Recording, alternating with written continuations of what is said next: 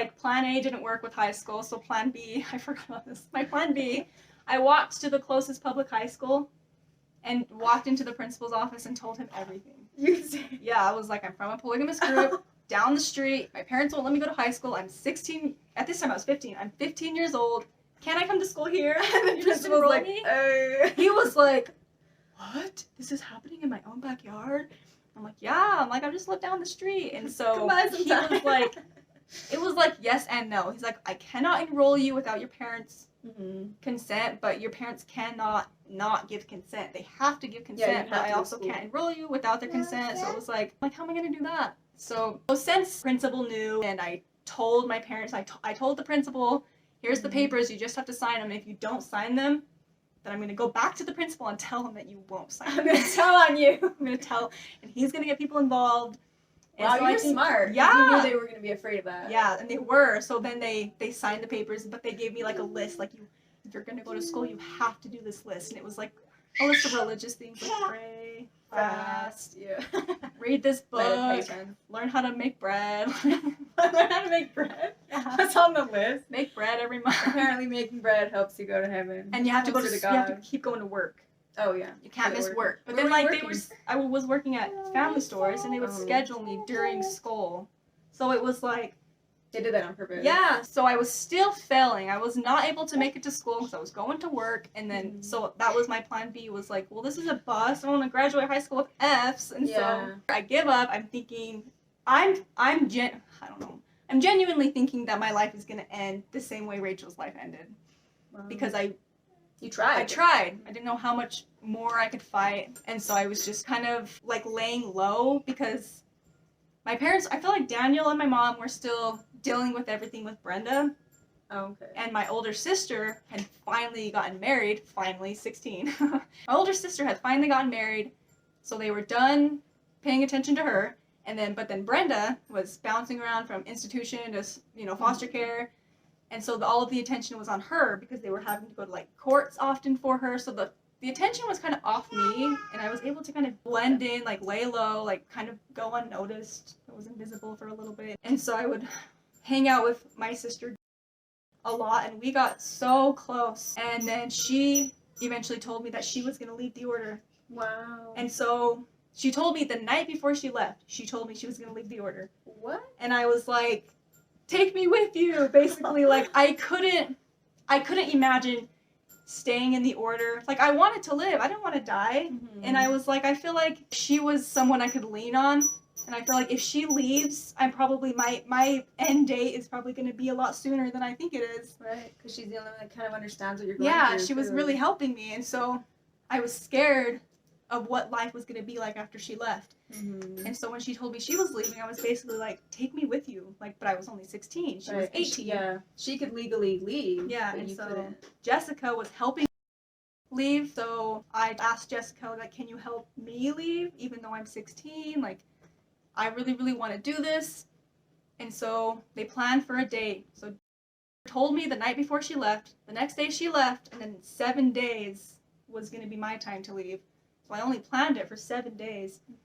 And I told my sister, and then I told 2 friends, and one friend was engaged, and she told her fiance. Oh no. And her fiance told my mom or somebody. Oh, somehow I got back to my mom. It sucks because you want to say your last goodbyes. Yeah, and you can't say goodbye because then people are going to know you're leaving, and then you don't know if you're going to be able to leave if people know.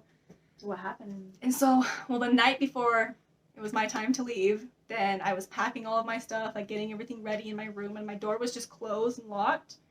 My mom knocks on the door, and she says, let me in, and my stuff's everywhere, like in bags, and so I'm clearly going on a trip or something. See you later. And so she knocks on the door, and I'm like, I don't want to let you, I don't know what my excuse was, but I was like, I don't want to let you in. Maybe I'm changing. I'm changing, I don't know, like, I'm getting ready for bed. She's like, just told me that you're trying to leave the order, like through my bedroom door, and I'm like, I'm not. I promise I'm packing. I know. And so I'm like, if she has that accusation, walks into my room and I'm packing everything up, I was like, she cannot see this. So my door was locked, and I was like, I'm not. I don't know why she heard that, like, leaving was so fresh on everybody's mind, and people knew that we were close, and so I kind of played into that. I was like, people are just saying that because she left and they think that I'm gonna follow her. Even though I was. Did she believe your story then? Yeah. So she's like, well, let me in. I want to see your room. Let me in. I was You like, just hurry and unpack her. no. I just told her no. Really? I just told her no. More I was feisty a towards defiant child. I was more feisty, and Yeah. so I was more. I And was she like, just let you be like that? kind of. I mean, if Daniel was there, it would be a different story, but he Yeah. wasn't. So she was like, I don't know what to do with this child. So she just Mhm. was like, okay, and then walked back upstairs. And I Plus she has so many other kids to worry about. exactly. Too. So it's not like I'm the only one home. And so yeah, the next day was church. Everybody went to church. I told her I'm gonna go to church. Carpool with my brother because he's always late. And then Chanel. The plan was for Chanel to come to my house when everybody was at church. And then we would load all of my stuff into her car and we would drive away. And so while I was waiting for Chanel to come, I brought all of the stuff that I packed into the garage so that we could just open the garage door and put it straight into the car, that she wouldn't need to come in the house and down the stairs and help me carry stuff up. Right. Because my brothers were still home, getting ready for church, half hour after it started. Yeah, while I was waiting for her, I put everything in the garage, covered it with a sheet, and then she got there, we loaded it into her car. We went to her house for a couple days, and they told me that they had 2 families that were willing to help me, that I could live with them. Okay. Yeah, I mean, adoption wasn't necessarily on the table, but they were going to help me. I could live with them. They were willing to fight the state. They were willing to fight the you're order. gonna have to get emancipated. Yeah, because that was the thought, where I was like, I have to get emancipated. My parents have to relinquish their rights. Mm-hmm. I can't just walk out and be free, because I was a minor. My parents still had rights over me. Because Chanel was your sister, though, legally she can take you for only a certain amount of time. So it wasn't like I was being kidnapped or anything. Yeah. Yeah, they couldn't pull that card. Unless you went across the state lines with her, I guess. Yeah, so it was just, we just did what we could. We went to the police station in Chanel City and let them know what was going on, where we were from, that I was underage, and that I was leaving, and that I was with them. Nobody knew I was leaving. Nobody. I didn't say goodbye to anybody. Nobody watched Chanel pick me up. Nobody knew. Wow. And so I actually went to church to tell Brother Paul bye, because we told...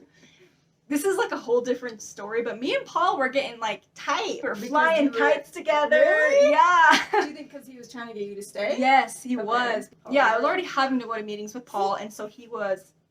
It wasn't. They weren't trying to get me married meetings. They were trying to get me to stay meetings. They were trying to get me to like the order and trust Paul, and type of meetings. And I was. I was falling for it because he was promising me all of these things. Yeah, I was so scared of meetings with Paul because I would see people that had fight and a fire in their eyes, and then they would go into these meetings with Paul, and then all of a sudden they're engaged, married, having babies, Yeah. and staying in the order. And so. it kept me around for another year and a half, because I trusted him. He basically told me that he was going to protect me from Daniel because he knew Daniel was abusive, and I didn't trust Daniel with anything. So Right. Paul's like, I understand why you don't trust him, so come to me, you can trust me. So I did, but then nothing was changing. Daniel was still abusing the kids. Paul's not doing anything. Yeah, I'm like, no, I'm still gonna go to school. Nothing was changing. So when you went back to go say bye to Paul, how did that go? Yeah, I didn't say I was leaving, but I said, I just came to say goodbye, and he was hugging me, not letting me go, whispering in my ear. He's like, does this mean what I think it means? He knew, yeah. And I was like, yep. And so he's like, please, because he had a line of people ready to say bye to him. Yeah. So I was like, please stick around until after I say bye to everybody. I just want to talk with you. Let me just talk to you. And so weird, but to I think didn't. that you had a relationship like that with him. Yeah, I've never. He was almost like a father figure to me Because because Daniel wasn't. yeah. It's so funny how they had those lines at you're talking about the lines at church, right? Yeah. So every day after church, there would be this long line of kids trying to give Paul a hug because half of them were his kids, half of them just wanted to talk to him, shake his hand. It was so weird. So you stood in the line. Got in line to say bye to Paul. Did you wait then to have a meeting? No, I was out of there, because that same thing. I was like, what if he convinces me to stay? And at that point, I was like, I've already jumped. I'm already out the door. I'm like, I don't want to try to climb my way back in. That sounds like a mess. Yeah. so I left and I didn't stick around. And then he texted me later. We had each other's phone numbers. That's so weird. He texted me later and he's like, I just wanted to let you know that I love you. He said that? Yeah. Oh my gosh. You don't think he was ever trying to marry you? I don't think so, but Or maybe he was, wanted his kids to marry you. maybe, Yeah. He just definitely. knew there was potential in you having kids for the order. Yeah, he wanted me to stick around, but it was I definitely felt a father-daughter type vibe with him. No, marry me. Yeah. Be my wife. But he knows, like, I remember Jessica saying this, like, they don't see one woman leaving as one woman. They see it as how many kids they could have had. So The you are a posterity. big loss. Yeah. Yeah. Because you could have I had. could have had 13. Yeah, And those your mom 13 could have had 13. Like, exactly. That's a or big plus. chunk of people that they just But- lost. So that was the last time you saw him then? that was the last time I saw him, and yeah. But yeah, basically they said we have 2 families willing to take you in. One is in a different state, and one is just a couple cities north. Mhm. And Do I you want- wasn't ready to go out of state. Okay. I feel like that was too much of a culture shock. So I picked the family that was closest, and it happened to be the Coopers. They're the ones who ended up adopting me. So I stayed at Chanel's house for a couple of days while the Coopers were getting a room ready for me, and then I went to the Coopers, and I lived there for 6 weeks. And Daniel didn't try contacting me. My mom didn't try contacting me. Wow. Nobody, like, it was like nobody cared. Like, Did it anyone was- know you left? my mom and Daniel, the day I left, I texted my mom. I said, I'm sorry, you know, like you're doing, like I did something wrong. Like, I'm sorry that, you know, Yeah, that I don't know, basically some long failed text. you. And then in the text I put, like, I want you to get all of my money. Oh, That's right, on my right. statement. Yeah. That's what I was gonna ask. So you didn't try to get your money? I didn't try to get my money out just because I just felt like another battle that I didn't want to Mhm. fight. I didn't want to fight the battle I was already Yeah. fighting, so I was just There's trying to minimize. You're already going through so much, and then you know, like if you go into the order bank, they're gonna give you a hard time trying to get your own money out. So Yeah, I just didn't want to fight that battle, so I just texted my mom and I told her I wanted her to have all of my money on my statement, and she could sell all my stuff, she could do whatever she wanted with my stuff, and then I'm sorry, and then I loved her. And she just replied, like, what are you talking about? And I said, Daniel will tell you. Because at this point, I told Daniel, I'm out. Like, and this time I'm not going with someone that's just living on the fence. Like, I'm out. maybe they thought that you were gonna go back, and that's why they didn't care to Maybe. contact you. Actually, one thing that Daniel said to me, because eventually they forced me to go back. Like, spoiler alert. They did? They did. After you were adopted? No, before. What do you mean? Because I couldn't just get adopted. So I was living with Chanel for like 2 days, and then I was living with the Coopers for 6 weeks. And at this point, all of my money was taken off my statement. Nobody had tried contacting me. Nobody tried to figure out where I was. It was like nobody cared. And so technically you're officially out of the order. Yeah, Your so I was statement- out. So I was like, oh, like it was almost like too good to be true. Like I was like, that was easy. Like 6 weeks go by. Like yeah. the first week or 2 or 3 even, you're kind of like, you know, You're scared. You're on edge. Always on edge. But then a month and a half goes by and nobody says a thing. So I was like, that was easy. This easier than I thought. Plan C was the way to go. But then, someone that I was friends with in the order, the one who told my mom I was trying to leave, was getting married, and she invited me to her reception. And it had been a month and a half. I'm like, I haven't seen anybody. Nobody's trying to say anything to I me. miss your family. Yeah, and I too, missed at my this point. family, so I was like, yeah, I'll come to the reception. So I go to the reception by myself, and I sit like during the program by myself, and Daniel comes up and sits next to me. He says, like leans over, and he's like, you look like somebody that I used to know. And I was like, I don't even remember what I said to that. I don't know what I Who said. are you again? I know, I was like, probably because I'm your daughter. I think I said something like that. Yeah, and then So they weird. were nice to me. Like, it was so weird. And I could tell that nobody knew I left. Nobody. The only people who knew I left was my mom and Daniel and Paul. They didn't tell Okay. us anybody else. Because they probably had plans to get you back Yeah. before anyone knew you were And even out. so I could tell because like people were, oh, I haven't seen you in a while. Like, where have you been? I'm like, I'm an ex-order member. and I didn't dare tell Oh, anybody yeah. that I had left, and because I was like, oh, you left, get out, like, Get out of here. so. Well, yeah, because their perspective of you changes. It switches so Instantly. fast. Yeah. And so I remember I sat next to my mom during the dance part, and I was only gonna stay for like 3 songs, and I was gonna get the heck up out of there. Mhm. And my mom was like, "Oh, where are you going to school?" And I was like, "I'm going to Roy High." And so they knew. Where you were going. They knew what every day. city that was in, and they knew who lived there, Mhm. and they hate her. They hated her. Is Luann. Cooper someone because they left the Luann order. Cooper. Luann, the mom, left. So the one that adopted her actually left the order years ago and Yeah. ended up adopting you. So obviously the whole order hates her because she left the order. Hated her. So when they found out what city I was living in, they put 2 and 2 together. Like, oh, if she's living there, this is the only person we know that's living there, Luann. Mm-hmm.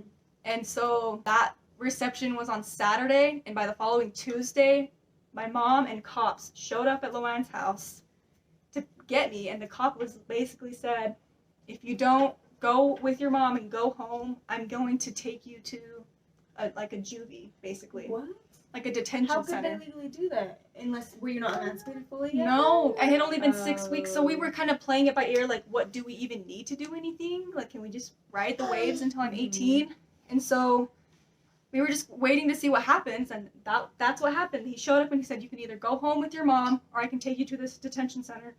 And I was like, well, I'm not going to go with my mom, so I guess take me to the detention center. Wow. So he did. He cuffed me up, he put me in the back of his car, and he took me to this juvie in Ogden. And it wasn't like it wasn't like jail, it was more like a detention center where like parents could drop off their defiant kids for the night to get them to listen. I don't know, but give them a spanking. Yeah, I guess. But you couldn't leave, right? Yeah, you couldn't leave, and like it was basically like jail. Like the walls were brick. And then the next day, my mom comes to the juvie to pick me up, and I was like, once again, I'm like, no, I'm not going with her. I'm not going to go home. They said you can either get into her car, or we can call the cops, and the cops can put you in her car. Oh my gosh.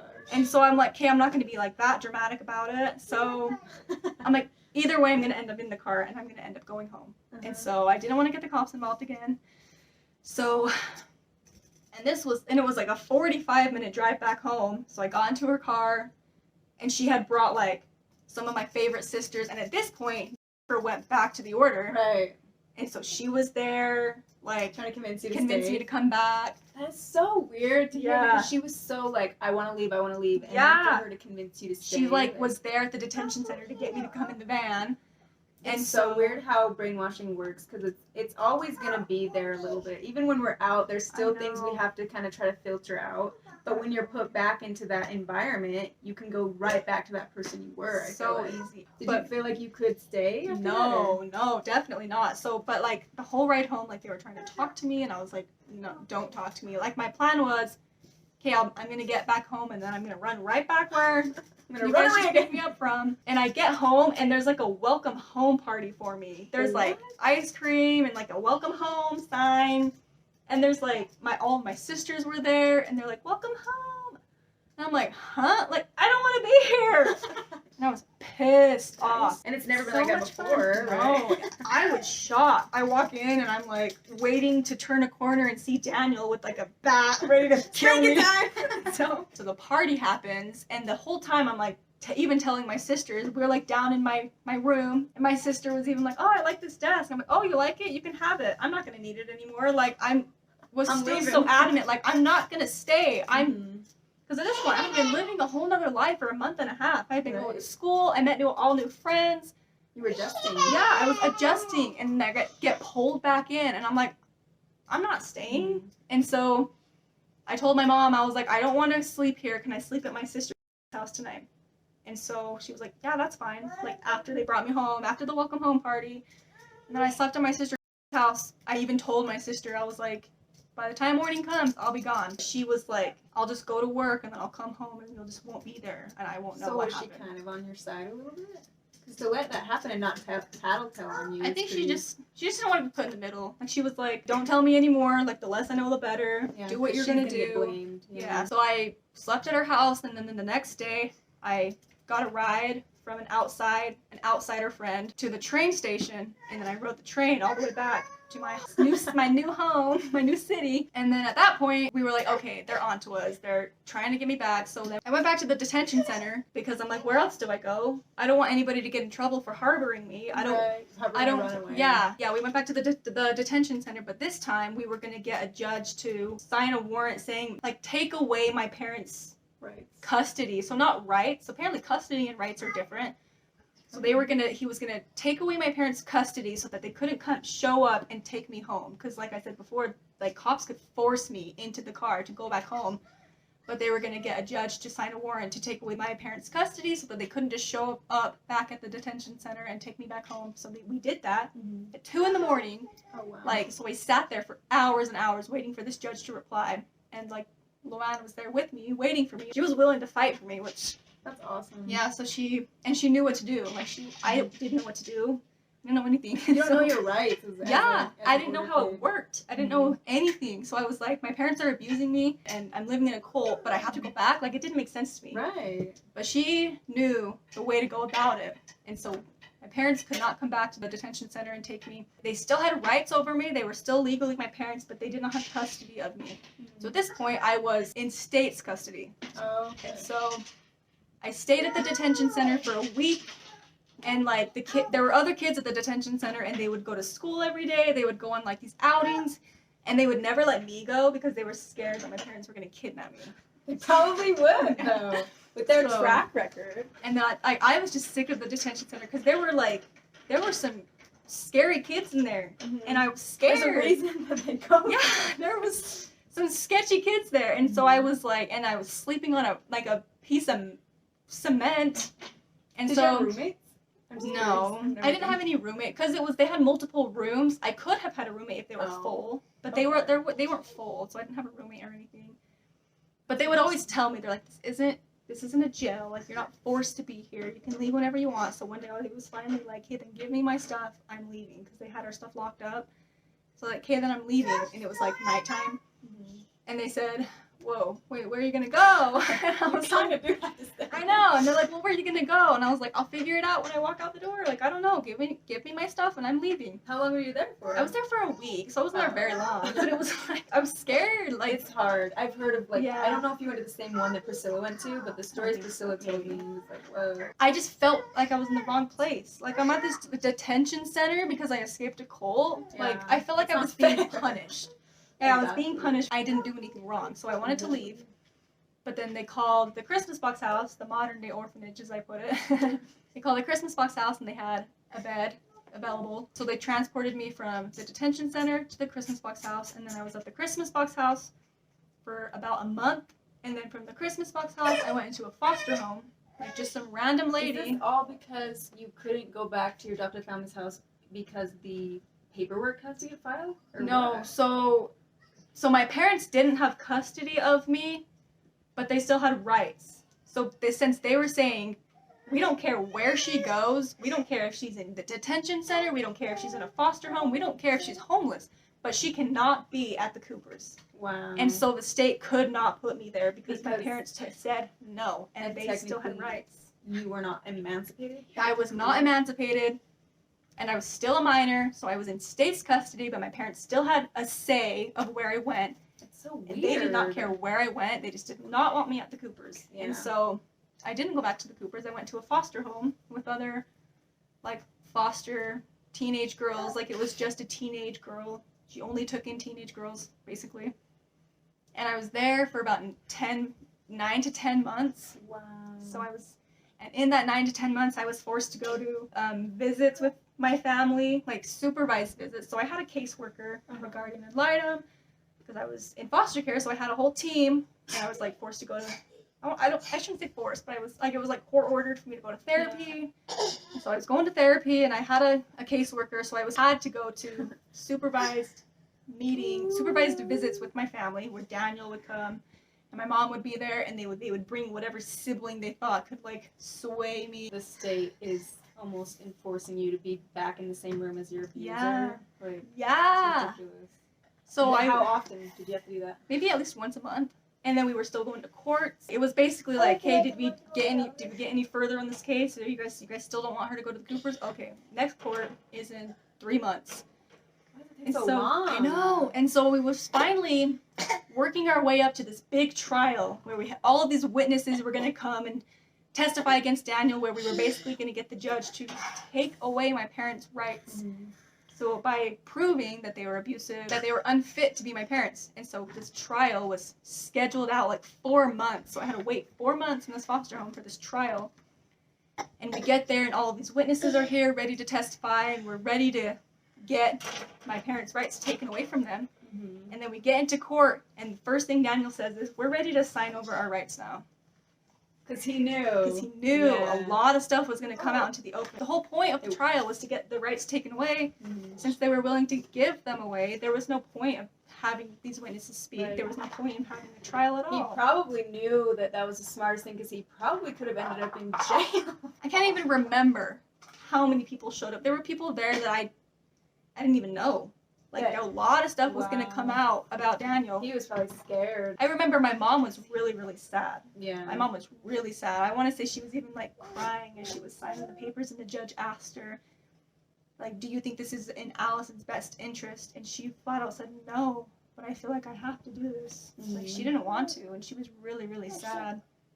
But she did it. Well, because when someone leaves, it's almost like they're dying when you leave the Yeah. order, because you don't know if you're ever going to see them again. So how did your family treat you after you left? Or So- did you have a relationship with them? So that's what so the first 10 months after I left, there was still hope I would come back. Mm-hmm.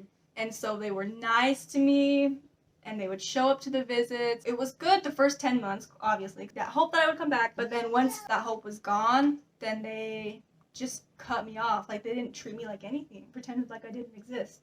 Wow.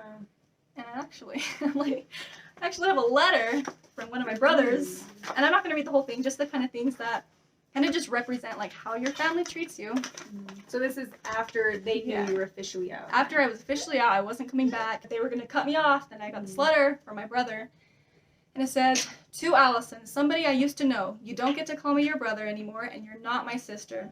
I know you're too dumb to understand the decision you're making, but I believe one day in life you'll realize it's okay. You'll know how dumb you're being.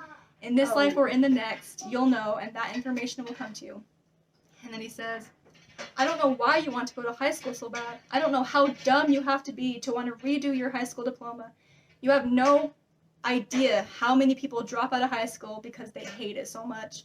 Remember, nobody can tell you what you can and can't do. They can only tell you what you won't do. You don't have to be in high school to make friends. A high school diploma won't get you a job. Businesses are more interested in smart college students. You're wasting your time in high school. You must be a complete rejected moron to think you're getting something good out of going to high school. That was that. And then he says, He's your older brother, my right? older brother Okay. said this to me. And then he said a lot of stuff, but this, and then he said, did you get a chance to see Jacob's house? That was probably your last chance. Never in your lifetime will you get to be in a nice car like Jacob's.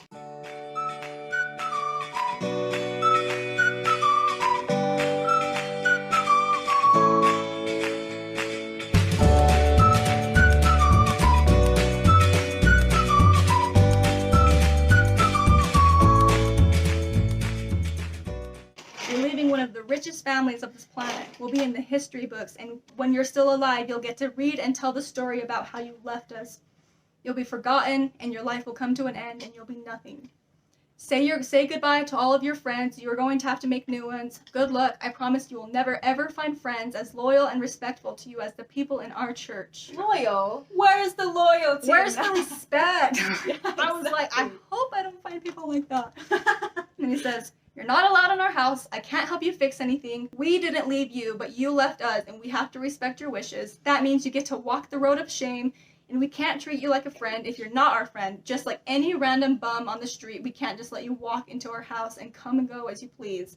Goodbye. I wish you was a complete moron, but I can't stop you from destroying your life. Remember, you did this. Okay, so that's one thing I've noticed is in every single person's story that leaves, their family turns it around on them, like they're the ones that disown their family. Yeah, Whereas you were leaving your family. And he says, No. I don't know how you could leave your family. I would never leave my family. here's the thing is everyone that leaves too has to be pushed to their limit to be able to And I know that they was. might not be able to see their family again. But here's the thing, you would be in your family's life if they would allow it. Exactly. And And they're not. I even purposely never went on the show. I tried to stay out of the public eye. I never really told my story because I thought if I kept it a secret, and my family could see that I was still somewhat being loyal and not kind of throwing them under the bus after leaving, that they would let me be a part of their lives. But it's been 5 years, and I never see them, hardly Right. ever. And They don't so, care. And they might throw this in your face. Probably, but it's like Yeah. I've spent 5 years keeping everything a secret to keep you guys happy, just to show you. I left because I want a life for myself. I didn't leave to hurt you. Right. But then it's like, At the end of pointless. the day, yeah. And at the end of the day, you want anyone else that's going through what you went through Yeah. to know. Like for me, the biggest thing of why I wanted to talk about my story was so that, because I knew I wasn't the only one going through that. And I Mhm. wanted other people to know that they're not alone and there is a way out. Yeah. And that's the sad thing, is it's still kind of letting them control you by not being able to share your story, feeling like you have to keep it a secret because you have to. Yeah. They're still holding your family as leverage. Like, Exactly. one day I'll have a relationship with my family again. And I remember thinking maybe in 1 year or in 5 years. And it's been 5 years and still Nothing. So you're not allowed home. I'm not allowed home. If I text them, sometimes I'll get a response.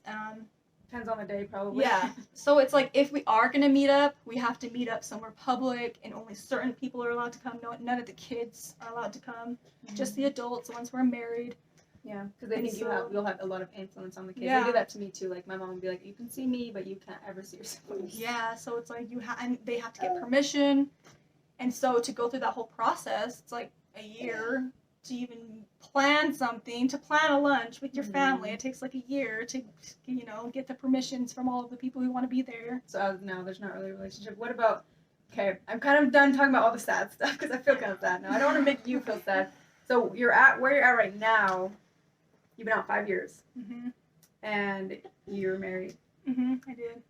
I did. I did. Have a baby. I did have one more sad question. Do they care that you have a baby?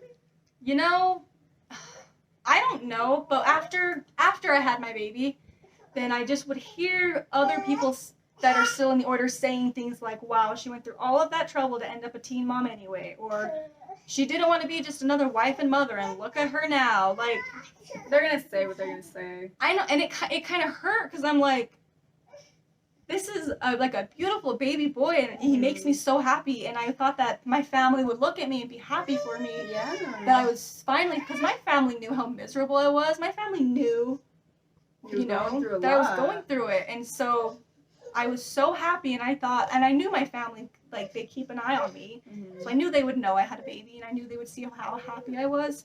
And then to hear that was the response, it just kind of hurt. Yeah, that's what I was saying before. Like, I just hate hearing the gossip about me. I would rather not hear it. Because it's all not true. It's not. It's the way that they cope. Because they can't cope with knowing that you're happy on the outside. Because I feel like secretly every single person in the order thinks about being on the outside. I'm sure. And it's like, I'm not just another wife and mother. I don't have to be scared that my son's going to get abused by his dad. I don't have to wonder if he's going to go to school. And I don't have to worry about my husband going and getting another wife. I don't have to worry about paying bills by myself. Like, nothing. You have another parent that can actually be involved in your child's I don't have to worry about my son going without food. I don't have to worry about neglect. None of that. Everything that I was like, I wonder how I'm going to survive as a mom in the order back when I was still in there.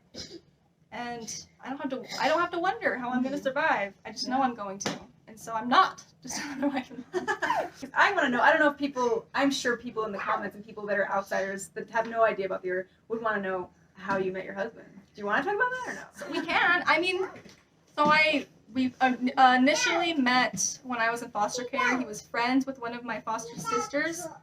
And so we met then, but at this time, I was still so fresh out of the order. I kind of, looked down at the ground, didn't really look at him, didn't really say hi to him. Was a freak, really.